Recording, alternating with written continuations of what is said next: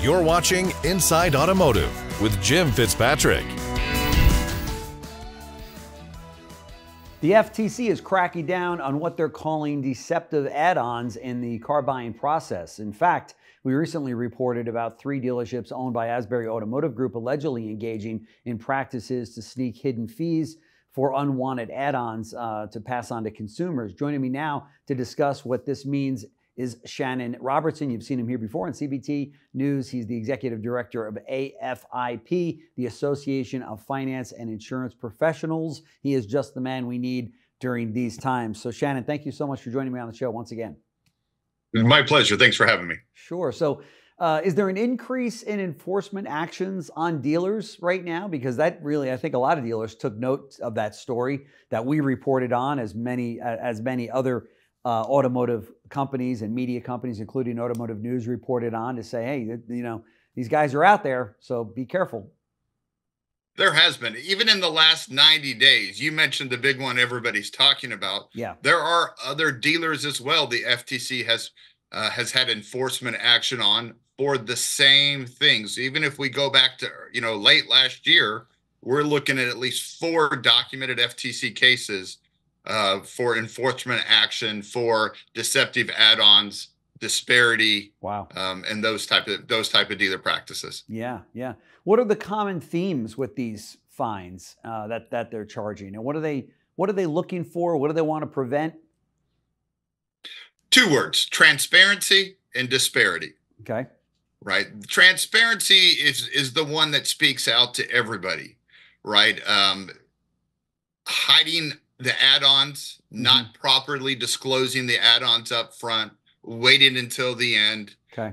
Being deceptive on the price. One of the dealers was fined for selling CPO vehicles where the price of CPO was already included, and then now adding an additional cost for that CPO. So you were paying twice for a CPO. Yeah. But a lot of it came down to just not disclosing up front what the actual price of the vehicle was, what was included, and the additional add-ons and their prices. That was the main one on transparency, from Asbury down to the other ones that we've seen enforcement action. The second one is disparity. And this is the one that I think we need to be aware of. At the end of the day, we can all work on easy transparency, be more upfront on the website. There's a lot of things we can do. Disparity is a little different. What they're doing is they're looking at similarly situated customers when it comes to markup over buy rate and the cost of an aftermarket product. And they're comparing, African-American, Latino, female, buying customers, right, with non-special, with other customers that maybe don't fall into that category. Yeah. And they're looking to see, are they paying the same price, or are they treating protective classes differently than non-protective classes? Right. Right. And that's the one that's hard to debate if they accuse you of it. Yeah, for sure. That's what got us into trouble in the auto industry with the CFPB, right, years ago, where they said, hey, we're coming down on you guys because you're, deciding who's going to get what rate based on, a number of different things other than maybe their credit rating. You know what I mean? And correct. And it was, at the time it was, hey, let's make sure we all, sit up and take notice to this, because we've got to self-police a little bit better than we have in the past, right? We do. I mean, if you look at that case, banks paid well over, I think it was $600 million in fines to the CFPB. Yeah. And I think a lot of what got us in trouble back then was just the lack of reality. Government perception is reality unless you can prove to them what you're actually doing. Right. To your point, that was the big change in the industry. Let's not leave it up to perception.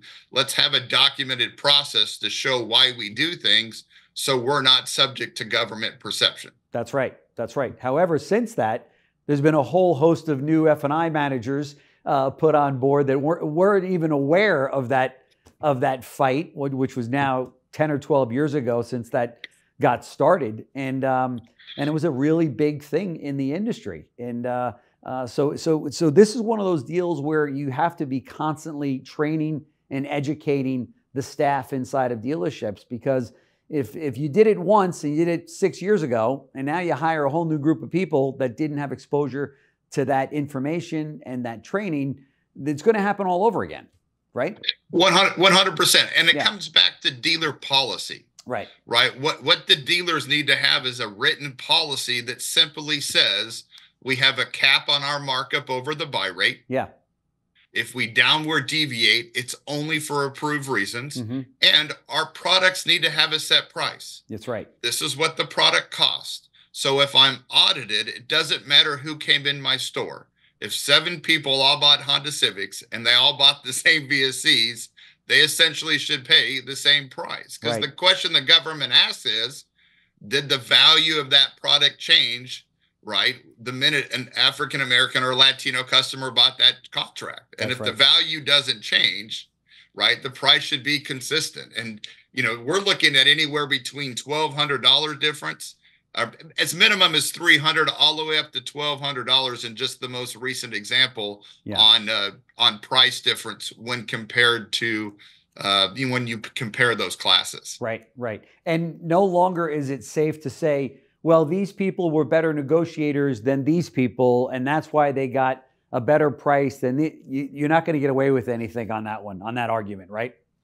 Not anymore. If you look at NADA, they have a rate modification form that they suggest you use with downward deviation. There are 7 approved reasons why you can deviate downward in rate. And negotiation is not one of those 7 reasons to answer your question. That's right. That's right. Again, this is one of those things that's got to be an ongoing, mechanism inside of a dealership. The training, I should say, that really teaches these people, on an ongoing basis, and maybe even, role plays in so many cases, because it's for a dealership that gets hit with something like this, it's a big number. It's a really big activity, right? It is a big number. If you look at, we're looking at 2.6 million, right? We know the Napleton case from years ago, 10.1 million. Obviously, Asbury has been very vocal in their, their desire to fight this, right? They're very clear. They don't agree with the findings. They're going to fight this aggressively. But the problem is this is a very expensive case to debate when you start getting into disparity. That's right. Right. The formula they use is it's an old formula, and it's going to cost them a lot of money, in the millions, to be able to dispute these FTC allegations. That's right. The other thing we see out of this when you talk about training is we've seen general managers named in these enforcement actions as well. Wow. So not only are they saying, here's the stores we're auditing, they're also calling out decision makers within those locations. Wow. Yeah, that's an right. So if you talk about training, as a general manager, right, I need to be aware of my new employees. Are they trained? Because if they don't follow the rules, it's not just my dealer that's going to be named. I could see myself named as well in those enforcement actions. That's right. That's right. And when a GM or when leadership in a dealership group sees that somebody did charge twice for a CPO protection policy, instead of hitting a high five and going, hey, way to go, you just picked up an extra $2,000 or an extra $1,000. No. You got to immediately reprimand that individual and send a refund to the customer to say, hey, this was, an oversight or whatever it is you're going to call it. I'm sure there's probably some legalese around that, so check with your attorneys. But it's also got to be right on the spot reprimanded for saying this is not within our course of the way we do business, right? Absolutely. Part of your compliance program means you don't just have policies in writing. Right. You also train and enforce, which means if somebody breaks the rule, you document it and you require them to go through those training modules. That's right. You did something that violated the policy. Here's the training module. Let's document it. I've mentioned this in the past, but a dealer can reduce a fine by anywhere up to 92% if they can show due diligence and their own internal auditing and attempt to adhere to those training programs. Right. And that's so vitally important. There's no question. And it's something that I don't want to paint with a broad brush because I don't know for sure, but there's a lot of dealerships that just kind of run and gun and just go, hey, we're not going to get hit. And look, it's just the course of, that's the car business. That's what we do. We try to get the most we can from different customers, and it's a very, very gray area. And for salespeople and managers and everyone that's on the showroom floor, they see this happening. They'll see it from a friend of theirs that's a salesperson and say, well, what did you do there? Well, how did you get that extra gross? Oh, well, here's what I did. And then before you know it, you've got it's rampant in the store, and everybody is just working in that gray area and really stretching that rubber band that's not even supposed to be there to begin with, It's a 100% accurate. Yeah. Absolutely. And you mentioned gray area 3 or 4 times. Yeah. And one of the things that we teach in our class is the FTC can enforce actions, what's known as UDAP, unfair and deceptive acts and practices. That is a wide umbrella. And what I teach dealers is that's what governs your gray.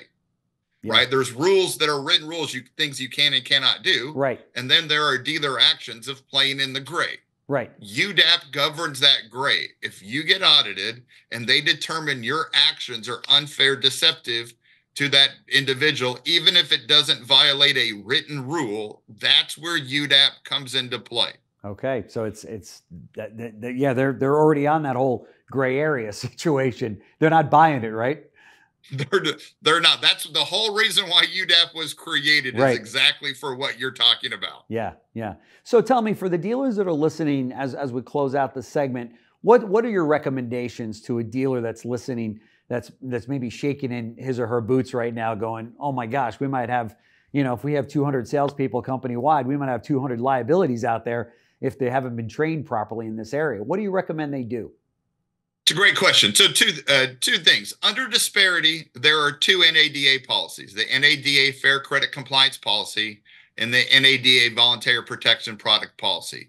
Both of those product policies, if implemented, will help combat disparate pricing allegations and potentially provide the dealer with safe harbor protection during an audit. Okay. The second one comes down to transparency, and it's just very simple. Tell the customer the price of the vehicle and be upfront at what they're paying for and what is and what is not required.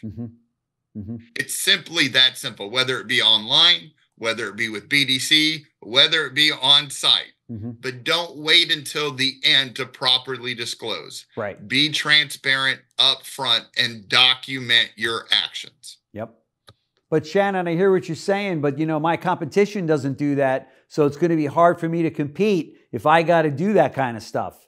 And it's only me doing it. So I'm going to go the opposite way. Let's look at some of the best well-known family dealerships in the United States, right? And some of the larger groups that dominate. They dominate because of consistency with their customers, word of mouth, right? And because of how they treat their customers, right? We know the dealer groups that are known for customer service. That's right. And despite the market going up, market going down, that's right, they consistently dominate because of how they treat their customers. It is the decision maker or the difference maker. Couldn't agree more. There's no question about it. Don't fight for staying in that gray area, or that gray area, I should say, which is not a great area to be in. But if for that gray area, just sit up and fly right, and you all got nothing to worry about, and trust the consumer that they're going to appreciate that. And I think all too often we don't do that enough. We don't trust the consumer, the car buyer, that they're going to appreciate the fact that you're a legit dealer group and you're sticking by the book. So 100%. One deal. Don't let one deal break you because you decided to bend the rules on one deal. That's exactly right. Couldn't agree more. Shannon Robertson, Executive Director of AFIP, Association of Finance and Insurance Professionals. Thank you so much for joining us on the show. Your segments are always very enlightening. We're going to have the links that Shannon just mentioned at NADA right below this interview that you're watching. So now you're just a click away from starting your process off right. So thank you so much, Shannon. Really appreciate it. Thank you. Appreciate it. Thanks. Thanks for watching Inside Automotive with Jim Fitzpatrick.